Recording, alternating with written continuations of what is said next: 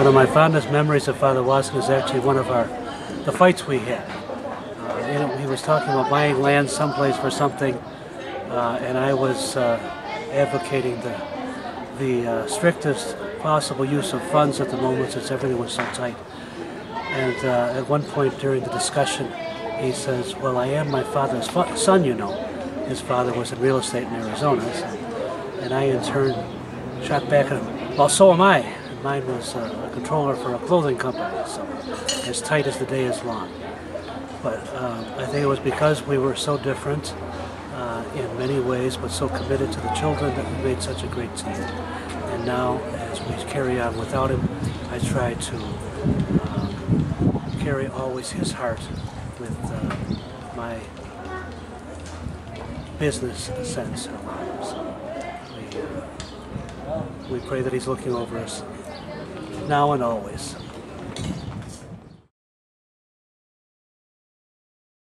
And the biggest lesson I learned from Father Wasson is always love and pray for your enemies. I learned it because once that he was traveling from El Salvador to Guatemala, he traveled with some of our tios and they were assaulted on the road. And when they got to the home, he asked them to pray for these people that assaulted them on the road. And they told me this story, and I couldn't believe it. And they couldn't believe how he was asking to pray for someone that almost killed them. So for me, that's something I never thought before, and how his unconditional love is or was for all of anyone. So that's the biggest lesson I learned from him.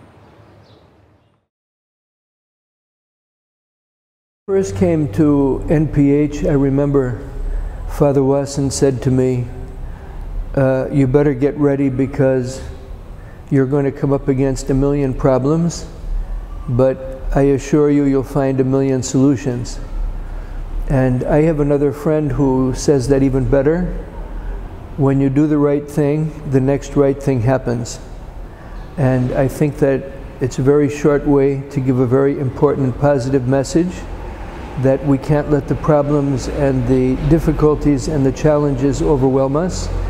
We just have to do the next right thing, and the next right thing after that will automatically happen.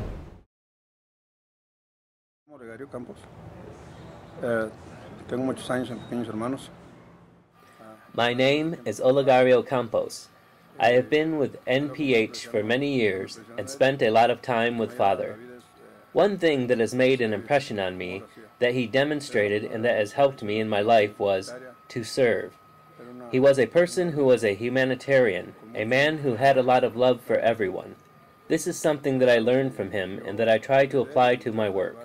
It is not easy because you need to have a lot of humility to do this, just like Father. Also, to be grateful to God all the time.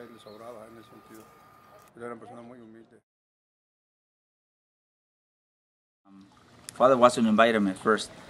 He said, "Son, Rafa, tomorrow, remember Mass at 5 in the morning." Those were the last days when Father Wasson was with us. So we had Mass every day when he was here in Cuernavaca, in Casa Nolan. And one time I told Father, is it possible to have Mass like 11, 10 or something right after breakfast? And he looked up to me and he said, "Son, early in the morning, there's no noise, no interruption. No telephone calls, no cells, no nothing. It is the best time to pray, to have a lot of faith, and to pray for the rest of your kids, of your children, your staff, your donors, because there's no interruption." So, tomorrow, Mass at 5. From then I learned that it is, that the message was right behind it, that on an everyday work, on an everyday basis, It's very early in the morning that you can pray, that you can solve all your problems first before you're going into the office or before you're going into any of the houses that NPH Mexico has. That, to me, is the great lesson. Early in the morning to think or all the problems and all the situations that you're gonna solve, and that message is really, really deep from Father Wasson.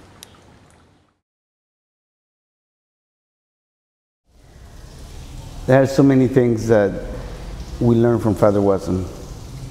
One of them, I think one of the most powerful one was the faith.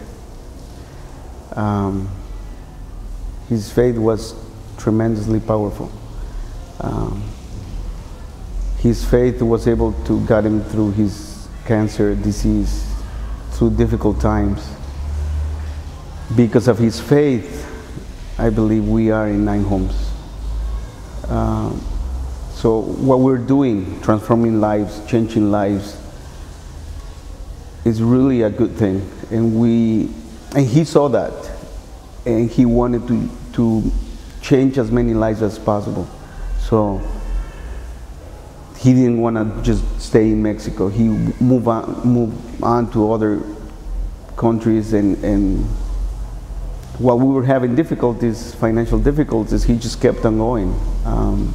And now we're in 9 homes, helping and doing good things.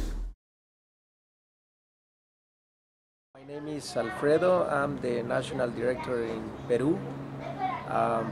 The greatest lesson that I learned from Father Wasson was his humbleness.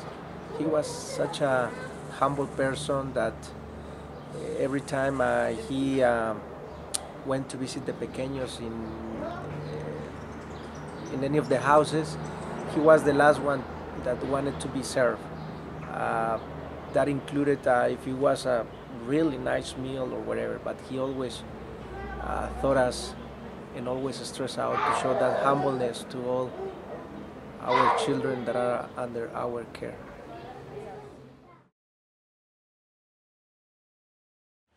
When I think about Father Wasson, I think about kindness, love, peacefulness, joy, and generosity.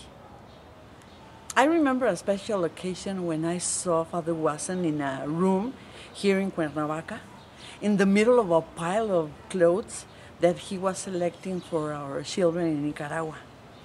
He was sitting in a small bench as he carefully took one piece of clothes, saw it, checked the front, checked the back, put it aside, and did the same thing over and over again. I offered to help him, and he thanked me and explained that when he chose one shirt, he was seeing the child that would wear it. He turned to me with a smile that lit up his entire face and said, "Besides, I enjoy doing it. It's fun." This picture is in my memory as if it was yesterday. I learned the joy of giving, the joy of loving, and the joy of serving.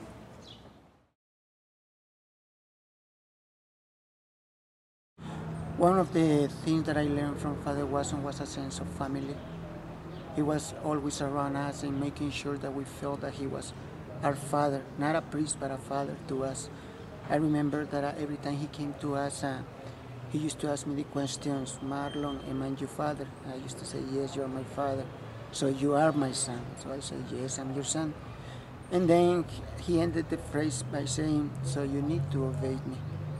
At the time, it was pretty hard to understand the meaning of obedience, the way he wanted to do it, until now that I'm a national director, that I need to go around and ask the kids, the boys and girls, to be obedient. And when I ask obedient to them, I really want them to understand that this obedience has to come through love and through a sense of family, that they are sure that I'm asking this because it's the best for them and because I love them. And Father Wasson used to be that way too. Father Wasson wanted us to be obedient at him and to do it because he was our Father and because we were sure enough that what he was asking to us is what he really wanted us to be. I mean, it's like something that will improve you, encourage you to do something in your life. And I never forget when he used to say, like, after you are done, I need you back home. I need you to come and support your brothers and sisters down in any of the country that I pick for you.